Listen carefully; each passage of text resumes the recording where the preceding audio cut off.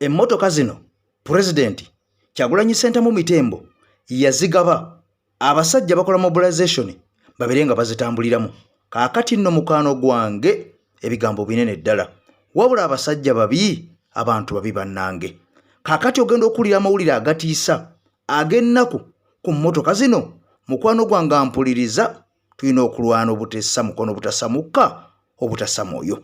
Kyokka nga mu mbeera y'emu ampuliriza President amayiddwa nga Muhammad Traore ono nga waggwanga lya Burkina Faso amaze ggobe mu kibya. Kaakati empala neetandise ku bakulembeze abaluddewo. Ebimotoka ebyo byolaba yabireese enkumi n'enkumi mu ggwanga lya Burkina Faso bikole omulimu nga boolaba Kiteezi kasasiro eyabuutikira abantu abaafa abaali mu bakumi n'amakumi. Ampuliriza abamu nga tebasobola nakubeera nga baziikibwa. Kaakati President ono Muhammad Traore ampuliriza amaze ggobe mu kibya. Emmotoka ezo zonna zoolaba ezo ennene n'ezo eziyoola kasasiro, omusajja oyo nga bw'omulaba azikutte mu ssente ziyandibadde mukwano gwange ampuliriza agulamu SUV n'agula ebimotoka ebyo nga bw'obiraba ebibeera e Bulaaya mu bazungu bigenda biyoola kasasiro ku street. Olumala okuyoola kasasiro ono nga bimugoyaagoya nga bimufunamu ebirala.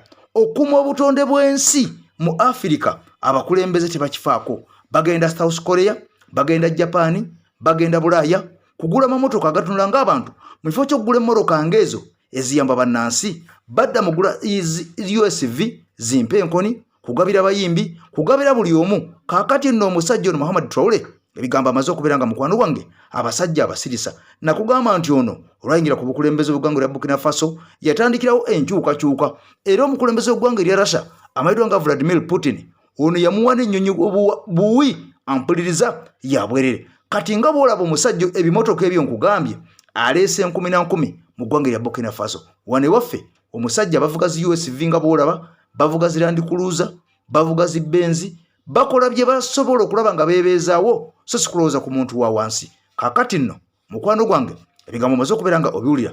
Ggwanga lya Burkina Faso mukulembeze mupya Muhammad Traore amaze ggobe mu kibya. Kaakati nakugamba nti abasajja baluddeko naddala abazzeeyi bazze bawakanya enteekateeka ez'omusajja ono era nga tebakwatagana naye. Kaakati yetafaayo akola biyamba nsi ye, akola bimunyumira okulaba ng'ensi ye agizza ku mulembe. Kaakati nno ampuliriza ebigambo nga bwe nkunyonyodde nti ekiri mu NUP kifumba mutuku, nga sinaba kubeera nga nkutwalayo kifumba mutuku. Nkugambye nti emmotoka ezaagabwa ezo ze mwalaba emmyufu genda kulukuviira ku ntono, ogenda kutya abantu, ogenda kutya abantu abali mu kibiina mwennyini ekya NUP nti enkwezenge mukwano gwange mpitirivu nnyo. Bulijjo tutenda okubeera nga munnange abantu bwe tulina be bagonjebwa. Kaakati mu mbeera y'emu ebigambo ebyayogerwa edda General Museveni ne bimukalira ku mumwa, kaakati olwaleero bimaze okubeera nga bizuuka. Omusajja ono kimaze okubeera nga kikakasibwa nti mu bantu abalimba, abayaaye, abakuusa ye nnamba emu, oba badde tokimanyi. Kaakati omukyala amayiddwa nga Honorable Betty Nambooze Bakireke Mukono Municipality ku Honorable Joel Ssenyonyi ebigambo amaze okubeera nga abyogera era ogenda kubeera nga obitegeera ate nga bikambwe ddala. Honorable Geoffrey Lutaya Kakuuto ono akiguddeko. Abantu b'e Kakuuto ampuliriza ono yabakiikirira mu Parliament. Nkugambye nti ebize bimwogerwako bimaze ne bizuuka ate ng'ono era abadde bamutankanamukko bagamba muti oluseera ebisinga ku NUP tabaayo, tayogera, takola ki. Kansooke nkutwale wa General Museveni okakasa obulimba bw'omusajja ono. Bwe tukomawo nkutwale butereevu okakasa ebigudde ku NUP. Emmotoka nkugambye mawulire ga ntiisa, kiroto kya ntiisa. Eke TV nze Eke Master ntambula na mulongo waso omuluuta nsozi ennamba gyola 910 ey'omulongo waso ono. Kaakati ono akumira ekyoto n'akuwa ekyogo n'ofuna emikisa. Abaali mu gende Bulaaya promotion ku mirimu maka ga Yuga abaana endwadde zibakuba gezaako omulongo waswa muzeeyi waswa byonna bijja kuterera. Tusimbudde bwetti. The term limits are lifted, then why should the country have the age limit? What is your view on that? Should the age limit also be there anyway? Well, that one, I think that one we had ignored. We had not discussed it.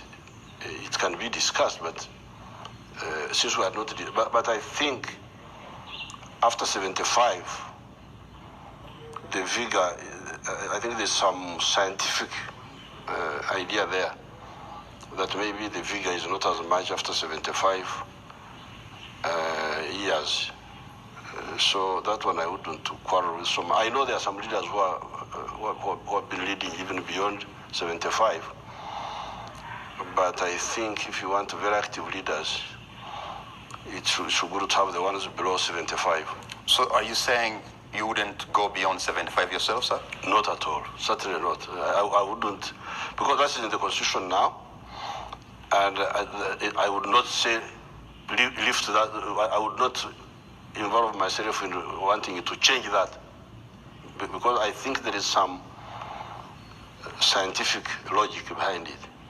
Waliwo omusajja yavayo n'akakasa ensi n'agamba nti buli lw'owuliranga General Museveni ayogera nga ananagira kakasa nga bukakasa nti ono alimba. Intaneti terimba. Ebigambo bino byayogerwa General Museveni mu bigambo by'ekennyini ng'abuuziddwa mu nnamawulire ku bikwatagana ku kulifutinga emyaka oba ku kukyusa emyaka egyali mu Constitution. Saagala weerabire omusajja ono yasooka n'akyusa ebisanja era ebisanja ne babigirawo ddala nga munnayuganda tewakyaliwo bisanja mu Constitution ya Uganda. Njagala ojjukire nti Constitution ya Uganda yali etegeeza nti buli president ajja kufuganga ebisanja bibiri bwe binaggwangako oyo ng'asuula tawulo ng'ate omulala yeesimbawo. Kaakati mu mbeera y'emu bwe bajjawo etteeka lino ne wasigalawo eri emyaka ng'omukulembeze mu ggwanga Uganda alina okukoma ku myaka 75 era abakola Constitution bwe batyo baakikola ne bakisiiringa. Wabula omusajja ono bwe yajja ebigambo bino yabikyusa era ono yasooka n'alayira n'agamba nti sijja kweteeka, sijja kwegatta ku abo abalowooza nti nno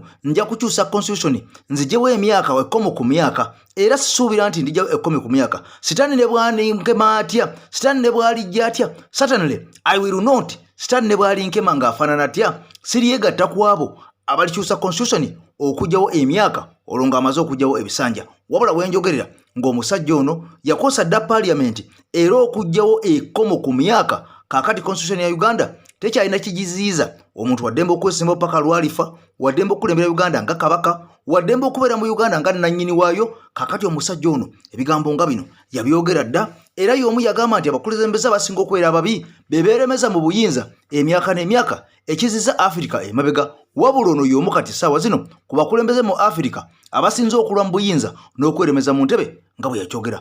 Wali ku National Unity Platform head offices omusajja amayiddwa nga Hassan Ndugga amaze okubeera nga mukwano gwange asabuukulla wali maaso ga President Kyagulanyi Ssentamu Mitembo ensi n'ekakasa. Era omusajja ono alumbidde ddala n'aluma n'okumega n'abegga abasajja ngaba Abedi Bwanika, Mathias Mpuuga, Kazibwe Bashiri babikiguddeko. Olunaku lwabadde lwakwosa luli ampuliriza emmotoka zino lwe zaagabwa era abantu bano lwe baasala ekkereje ne bayingira mu NUP bimala bava mu NRM ne bayingira NUP. Kakati nno Hassan Ndugga yagamba bw'ati: Kizemba kubuuka kibako yokamala ensobi yali yawali mu kugaba kaadi zetwawa abaana bagende basome egindi si buli aseka nti abeera munnaffe. Kitegeere mu baana wafunamu ebyana kyenvudde nkuyita tugeme ate bano ku ttaamu eddako baleme olwala. Omanye ku ssomero gye tuteeka abaana ne bannyini ndwadde zino gye bateeka abaabwe. Omanye ku ssomero gye tuteeka abaana ne bannyini ndwadde zino gye bateeka abaabwe. Ekirwadde kya yero bwe kikukwata kiti omera amalala otambula ozimba. Nasoma ne Bashiri ng'ayina waaka nga ne ku ssomero otumwesimisa okamala. Nasoma ne Bashiri ng'ayina waaka nga ne ku ssomero otumwesimisa okamala. Ekirwadde kyamukwata yakeera adduula bw'omugamba kawoza kimuntu ateera embundu. Waliwo omuvubuka abadde akuze emyaka bamutenda amagezi ekambu yamanyi maafu. Oyo waliwo omuvubuka abadde akuze emyaka bamutenda amagezi ekambu yamanyi maafi. Headmaster yamulondako ku bwa vice muye watali akulira abaana. Ekirwadde kyamukwata atandise okukenena namusanze mumasaka nga tambula azunga eyina ekifuba nga mumutenda. Waliwo eyayita omugalatiya ewaffe ekirwadde kya yero mukiruma nabadde mukimanye kabonero ewaffe ng'omugalatiya kyamumala amaanyi ayogera ebigambo tebikyakwatagana oluusi ayogera nga tebikyayatuka. Omugalatiya kyamukwata wansi eno ne mu kutambula atambula awenyera nabaddeko mu bbaala gye banywera enguuli omutamiivu n'amutabukiraawo muwalya nakyo. Kakati nno bulowulira obubaka ng'obwo n'otassaayo bwongo n'otafassaayo mutima n'otabufaako omanya oviiriddemu awo. Nakugambye mu mbeera eno ampuliza mututambulira njagala okimanyi nti omulongo waswa kafulu mu kugoba ebisiraani, kafulu mu kujjanjaba endwadde, kafulu mu kugaba emikisa. Ennamba 910 ey'omulongo waswa. Kaakati nno mukwano gwange atambula ne EKTV nakugambye nti omubaka amayiddwa nga Honorable Betty Nambooze bakireke ono ng'akiikya abantu b'emikono municipality ebigambo amaze n'abyogera. Honorable Joel Ssenyonyi amaze mukwano gwange n'amala eggobe mu kibya. Njagala nnyo okimanye nti waliwo ababaka abali kudda oluvuganya gavumenti mu parliament era ng'abantu bano beeyita nti nno bali ku opposition naye ng'abantu bano babadde bajja bakozesebwa mwami Museveni okuva ebule n'ebweya era emakka ne masharibi oba emagalike ne mashariki. Kakati abasajja bano babaddeyo nga bulijjo batulimbalimba nga batulaga nti bakolera mwami Museveni wabula bwina amaze n'azuuka. Ani alaze bwino no ye president Kyagulanyi Ssentamu Mitembo amaze n'amala eggobe mu kibya. Kakati abasajja bano bwe balabye ng'omusajja abalemeredde era baali bajjayo omusajja waabwe amayiddwa nga Mathias Mpuuga gwe baali bakkirizaamu okubba n'okubeera nga bano bakolera General Museveni mu nkukutu. Kakati president Kyagulanyi Ssentamu Mitembo bwe yasalawo naga nti oyo mugjeewo. Kati abasajja bano okuva olwo banyiigira ddala baafuna akasajja ku mitima era nga kakutte n'ejjambiya essaawa yonna kaliredde okutema omuntu. Kakati abantu bano balandise n'okubeera nga baleeta ebiteeso oba ekiteeso nga baagala omuntu akulya mu opposition oba leader of opposition abeere nga alondebwa mu parliament. Wabula kino kyakwekenneenya era kyakuwuliriza nnyo era kyakutegeera nnyo. Njagala owulire ebigambo bino, njagala otegeere ensonga zino kubanga ebigambo bino si byakusaaga busaazi. Omukyala amayiddwa nga Nabbanja alondebwa mwami Museveni, omusajja amanyiddwa nga Honorable Joel Ssenyonyi yalondebwa president Kyagulanyi Ssentamu Mitembo. Kakati bano nga mu parliament benkanankana nga omu ali ku side eri eya government, omu nga ali ku side eno ewabula government era nga Nabbanja yakola emirimu gyonna ejja mwami Museveni oba muyite leader of business mu parliament. Kyokka nga Honorable Joel Ssenyonyi yakola emirimu gya president Kyagulanyi Ssentamu Mitembo nga eyakwata ekyokubiri mu kuvuganya ku bukulembeze bw'eggwanga Uganda. Kakati nno bw'osalawo n'ogamba nti olonde mulonde kiba kitegeeza nti amaanyi n'omukisa n'ebirowoozo ebyoli abantu gwe bakkiririzaamu n'akwata n'ekyokubiri mu kwesimba okuba president oba obijjeewo ng'osazeewo okole ebibyo. Njagala owulire ebigambo bino era obirabe n'obwegendereza ogenda kakasa omukyalo ono Nambooze nti mukyala mulalamu. Ababadde balowooza nti omukyalo ono wakwemotyamotya oba wakulirako capati mujja kakasa. Bibino biwulire ate tweyongereyo. Kino ekifo si kya Ssenyonyi kya Kyagulanyi. Naye olw'okuba Kyagulanyi si memba wa parliament kyebava bamugamba nti londa anaatuula wali kululwo gwe yakwata ekifo ekyokubiri nga delegation. Delegate someone chovola balina obuyinza omugamba okoze bulungi sigalawo to meetings expectations zange vayo.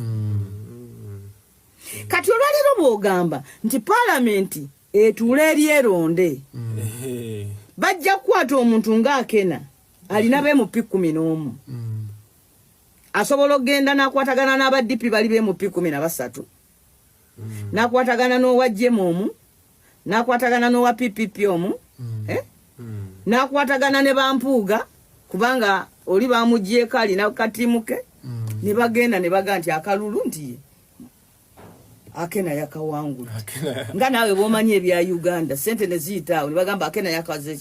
Kakati noddira omuntu banna Uganda gwe eyagenda okwesimba ate simba nga nawo kubwa president by the way tatambulangako na Uganda yonna.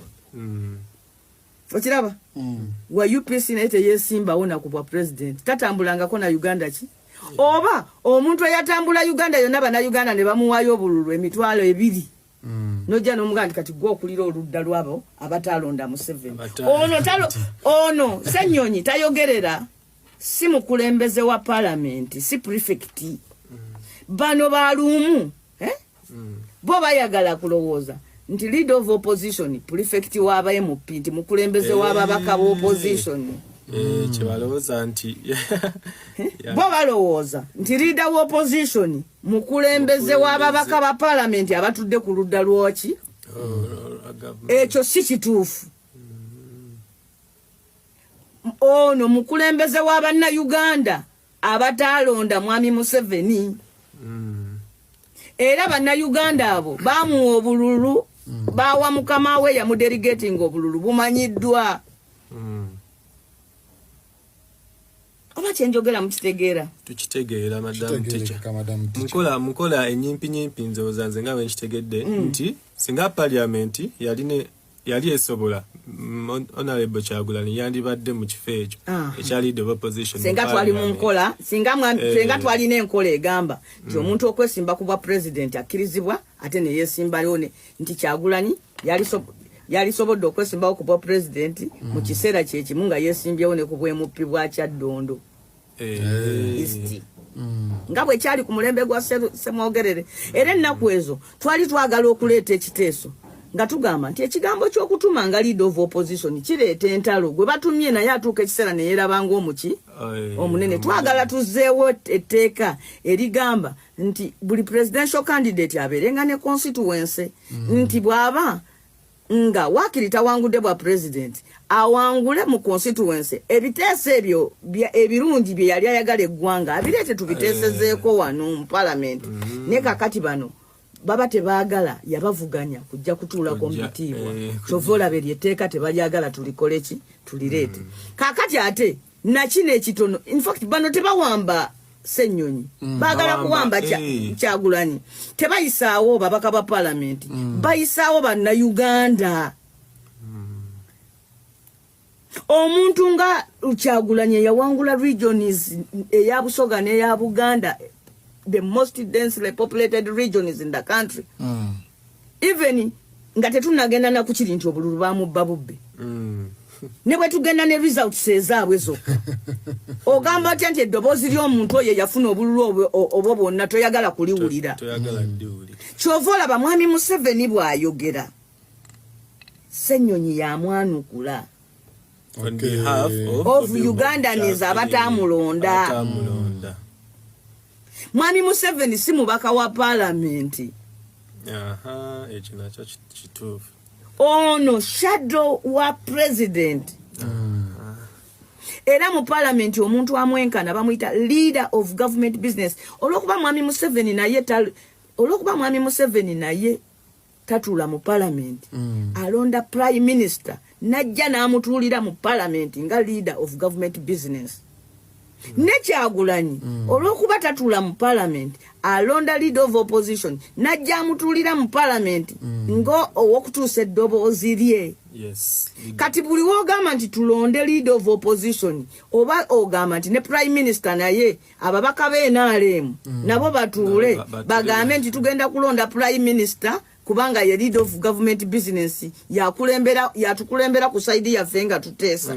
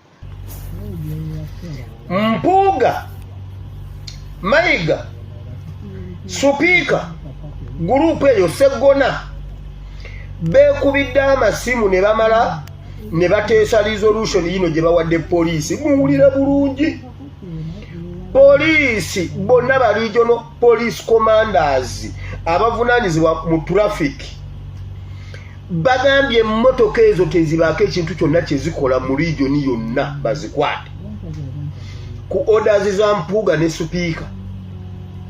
Emmotoka ezo bazikwate bazireete Naggulu.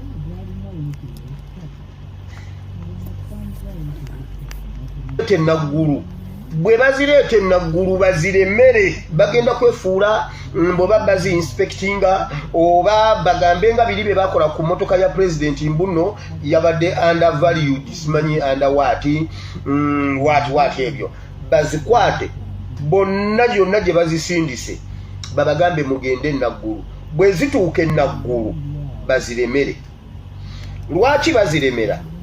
Ensonga yino, bwe bamala oziremera ennyo waveeyo owa traffic omunene mu banene mu ba traffic agenda kwogerezeganya n'abanuupu bamuweeyo ekintu kidogo abawe emmotoka ezo abakolere ku mmotoka ezo zibawa. Kaakati babatege kamera babajjeko obujulizi nga muwa enguzi. Baagala abantu ababa baleeta ssente nga ssennyonyi. Chairman Nyanzi, Lubongoya oba omunene yenna owa Nuupu wanaaweerayo enguzi eyo bamale omujjako bulungi nnyo vidiyo bamukwate nga tamanyi, bamale babuleekinga amawulire bamukwate bamukube munda kubanga abadde awa poliisi enguzi.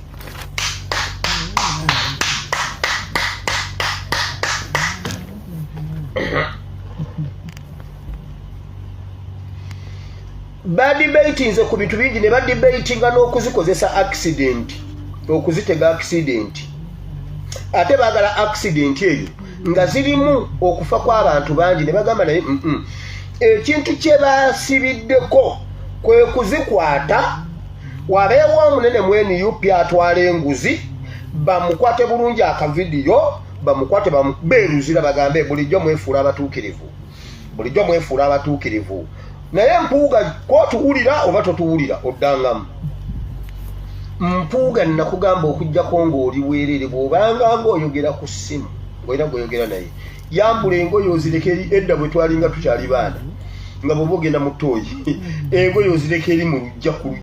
Kakati nno bingi bigenda mu maaso oba oli awo mu batumbi budde n'emisana mu offices ez'enjawulo bye tubeera tutamanyi, naye ng'abantu bano bulunaku olukya babeerawo ne kye bapanga oba emiziziko okubeera nga balemesa enkyukakyuka mu ggwanga Uganda. Wabula naffe tetujja kutuula yadde okuzingira emikono emabega. Buli ekinaatutonya ku munye tujja kubeera nga tukibalaga, era buli ekinaatutonya mu matu tujja kubeera nga namwe tukibasuulirayo musobole okubeera nga mukitegeera. Kaakati nno nkugambye nti abasajja babi bakugambye nti Ompuuga y'omu ku bakulembedde olukwe luno, era ng'olukwe luno baagala nnyo okulaga nti ne Nuupu yeegatta oba yeegabira ku ssente oba egaba enguzi oba yeenyigira mu buli bw'enguzi. Kaakati nno nga bagezaako kubeera nga bagitega emisanvu buli kibaawo kyonna okulaba ng'abantu bano bafuna akatego mu batukwasiza, tusobole okubeera nga naffe mbu tuswaluka bagambe nti tulwanyisa nguzi ate nga naffe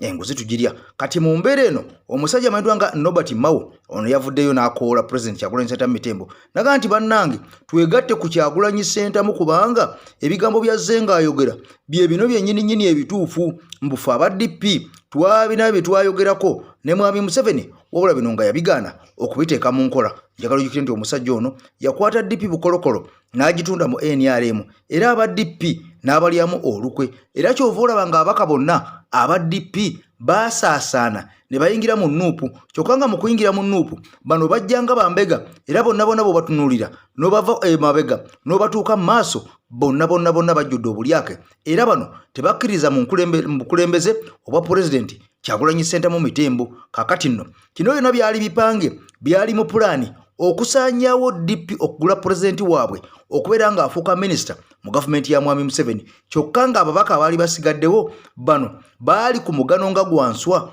okuyingira National Unity Platform kubanga omukulembeze wabwe yali amaze okusala ekereje n'ayingira mu NRM. Kakati bano nabo bayingira mu NUP ne basala okubeera nga bagirira munda mu ddiba nga musege okubeera nga bagisuula wabula basanga President Kyagulanyi Ssentamu Mitembo nga munyiivu bya nsusso era nga mugumu nga tanyanyezebwa. Kakati abasajja kye basala okukola kwe kubeera nga bamuwalana era ne basalawo ne babeera nga boogera ebikikinike ku NUP ne ku President waffe. Kakati bano waliwo amawulire agalaga nti bano bagenda kukola ekibiina ng'era President waabwe agenda kubeera musajja Mathias Mpuuga ono yabba ebitaano yagenda okufuuka President w'ekibiina kino naguno omuyeye gwonna ogutakkiriza mu nkyukakyuka mu ggwanga Uganda ogubadde gwerimbika mu NUP gwonna ampuliriza ezaazulwa nti nsolima. Njagala oli ebigambo bino nga bw'obirabako tweyongereyo aye n'akatambi kaffe. Mbakoowola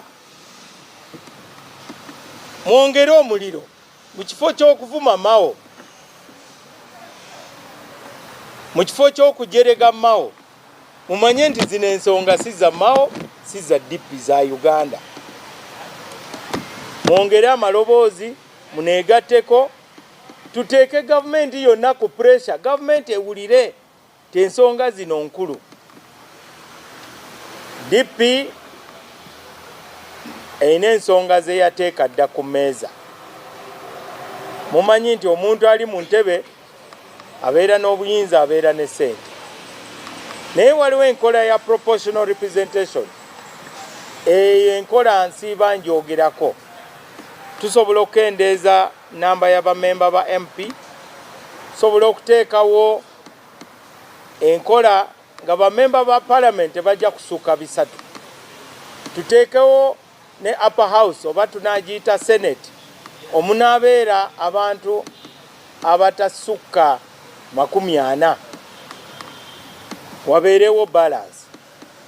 Twagala obuyinza budde mu parliament nga president akulembera eggwanga era yabanga ekyokulabirako okugatta amawanga gonna agali mu. Kakati nga bw'okimanyi nti omukalukalu tajja busera era mukwano gwange omusajja ono Nobert Mao enkya n'eggulo avaayo n'akakasa bannayuganda n'akakasa ensi nti yewa opposition yawedde emirimu kyokka ng'ono kyamadde okubeera nga kikakasibwa emisana tteke nti yegatta ku Mwami Museveni era ali mu Mwami Museveni mu gavumenti gw'asaavinga nga minisita owa ssemateeka n'essiga eddamuzi. Kyokka omusajja ono akulaga nnyo nti ye wa DP lukulwe mbwera awakanya n'ebigenda mu maaso Mwami Museveni byakola era ng'ono agamba mbwalwana butassa mukono butassa mwoyo okulaba ng'ajjako Mwami Museveni ku ntebe mbu DP ebeere nga yekulembera eggwanga Uganda. Kati ebigambo nga bino bw'obiwulira ampuliza tuyinza butanyeenya mutwe abantu nga bano okubeera nga batuwuddiisa n'okutusiba akatambaala oba oliawo ku maaso. Kyokka nga Honorable Geoffrey Lutaaya akiikirira abantu b'e Kakuuto eri e Masaka omusajja omuyimbi Nakinku amaze n'akigwako. Njagala ojjukire nti omusajja ono bangi bazze beemulugunya nga bamusongamu n'olunwe nga baga nti empeereza ye ebadde ya kibogwe ewedde emirimu. Tayala bulungi, talaga nnyo nti alina pulezidenti, talaga nti ali eno naye atunulamu ng'abaalya, afaanaganamu ng'abaalya wadde nga tekikakasibwa nti ono yalya. Era ebiseera ebimu abeerewo ne ku NUP ku head offices nga waliyo functions oba oliawo ezigenda mu maaso naye ng'era amawulire g'omunkuba g'omunkuku tugalaga nti ono empeereza ye tebadde ya muzinzi kimala. Kakati nno amawulire gamaze okubeera nga gafuluma nga gano galaga nti amaka ge mbu gayuuga era amaka ge mbu tegateredde. Omusajja ono oluvannyuma lw'okuvaayo mbu n'agwa mu mukwano ne Farida Nakazibwe. Njabajjukira omukyalo Farida Nakazibwe yaliko muka Alihaji omu mu NRM mwenna gwe mumanyi era ono mbu eyo yavaayo mbu ali naddira boyfriend we mbu gwe yasooka okubeera naye mbu nga bakyali bakijaana. Kati essaawa zino mbu ate apepeya n'omukulu amanyidwa nga Geoffrey Lutaaya. Ebigambo bino njagala mbikulekeremu osooka obiwulire okakase nti mukwano gwange tulaba mayumba naye nga munda gaavunda dda. Ebigambo bino bituuka eri omuntu yenna ng'ebizibu byakukwatira mu manvu ng'ogezezzaako buli wamu okubyetakkuluzaako wabula n'okootakoota mu gaabwanda. Omulongo wa Swanga mu Luutansozi akusabye okkalire kubanga Zebulembe okukunaazaako amaziga ng'oyota ku byoto bye kafuumuula bibamba. Gwe wenna ng'ogobye ku mpapula ezifuluma eggwanga nga byagaana. Koba ebweru wa Uganda ng'obutuuze bugaanye, amaka gakulemye, emirimu gitabuse bizinensi ekunyiye. Omulongo wa Waswa ye mutuufu okukuwonya embeera ya mbulabutuulo ng'agenda kukomera ku byoto. Kuba ku ssimu nooti 752 28 nooti 910 awo Mbebutoola n'omuluuta Nsozi olwo yalambulula ebikutte entimba n'emigadde wanaakuwunzikira nga weeyagala ng'ebiiri gye ebitannaba kugwa Kyankooto. Nakafuna sources nga 6. Are the sources credible? Ize nali bade ko lugambo lufu. Soko linde kikuba nnyo kintu. Nali ngenda tambulira mu kigambo mbo. Kubanga oli honale bajja kunsiba. Kati nkugamba. Irene Namatovu. Mbo. Okusizira ku byola. Embo. Amakagi. Abana bagala gono wana. Gakuto omuliro n'aba fire brigade babuza oguzikiza. Yes. Ate gutya. Omwami waffe. Honorable. Omwami ow'Ekakuuto. Honorable. Eyayimba Olweza. Munnange era omukazi nga bwe yagamba omukyala yanaaba Olweza. Honorable nga tava ku lw'Ekakuuto tayingira lwa Masaka Nyendo. Tokigira nnyo tokikakasa nnyo. Natandise nambu bye tutambuliramu. Okuba okusinziira ku byolaba. Ati nze ku bye baŋŋambi si ku byendaba. I have my sources. Ebintu byo. Honorable. Yazze kulwa Masaka Road. Kirete wano. Munyendo. Nafuna omwana w'Abasiraamu. Fade. Omukyala omukakamu. Mbu. Honorable ne Farida. Mbu. Honorable ne Farida.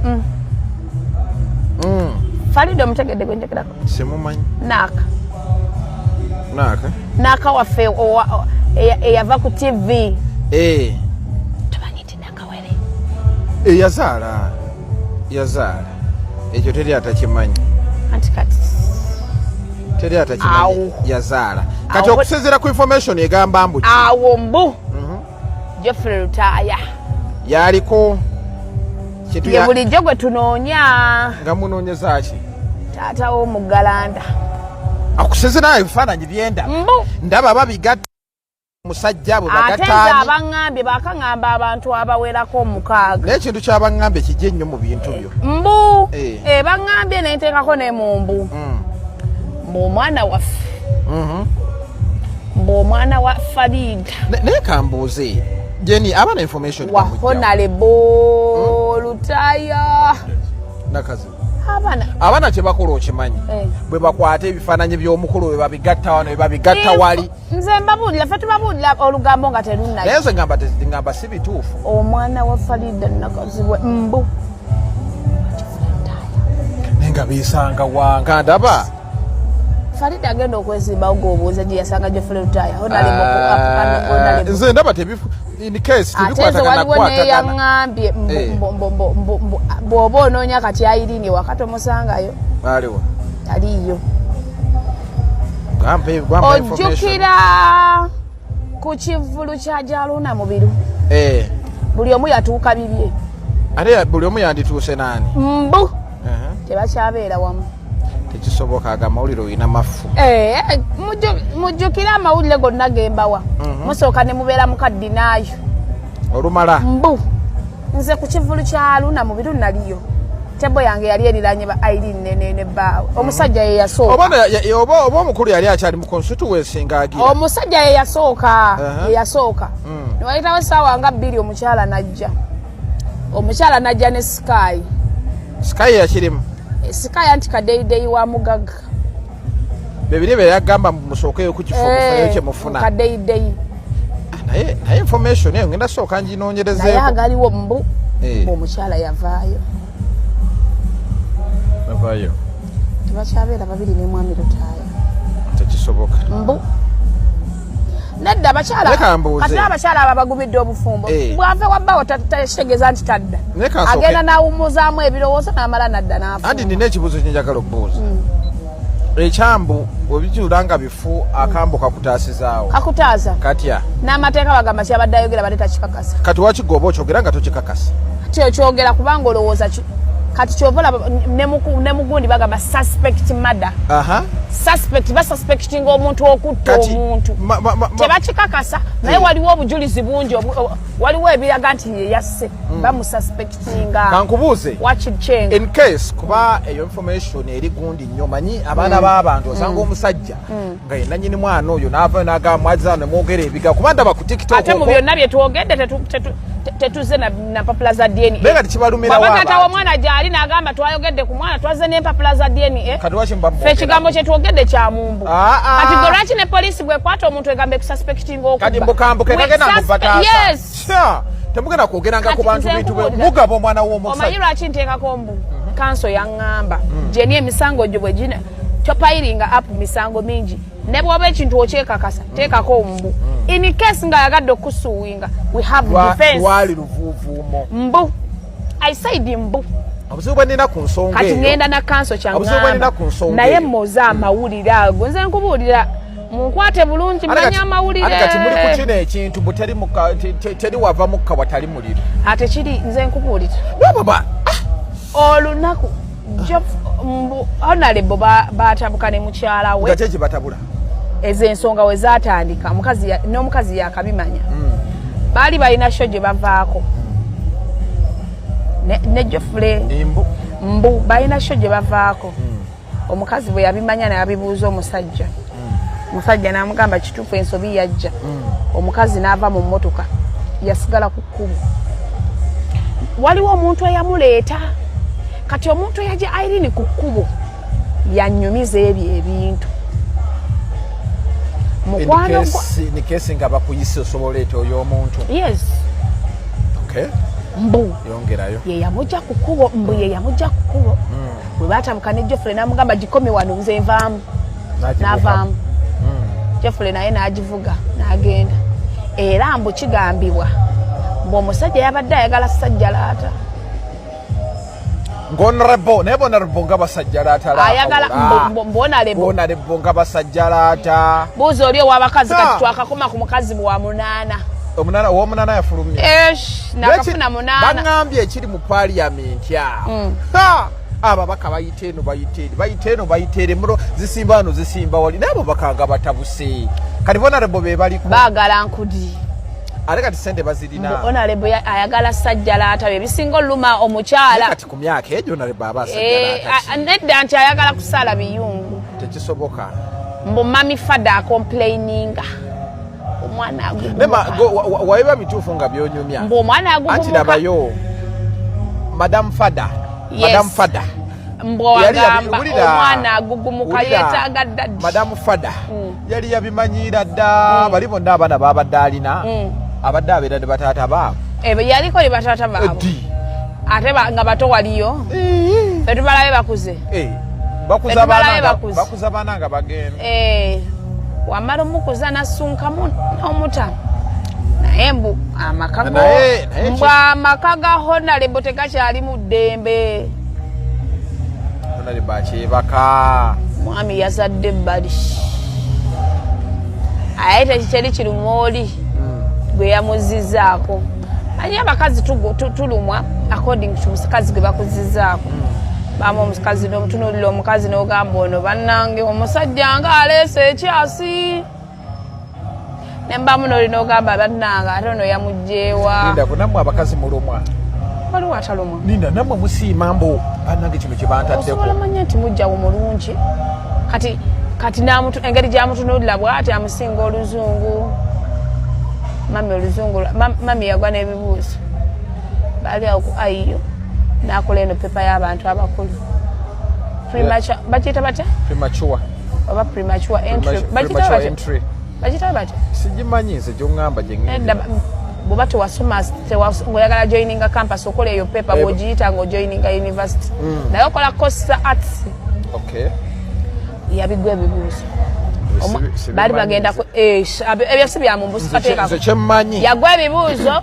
Bakola babiri ne Jofre kuba by the time bakolera eyo gundi nali ku IU nga nsoma bajja ne bakola ne bajja. Ale kyemmanyi kya Jofre Rutaaya. Bakola pepa aba mami ye yagwa Jofre n'ayita.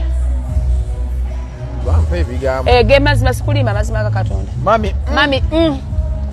ate omukyalo oli wa diguri amanyi oluzungu abakuba nno mami kati mama adde yasome kusoma kwa bukulu nga kumenya akubuuze gundi walukaga lwamiti asoma ogwo omutwe gukyakwata omutwe gwa lwamiti gukyakwata abuuze Mathias walukaga baŋŋambye naakomawo kwesimbawo akomewo abantu abakoledde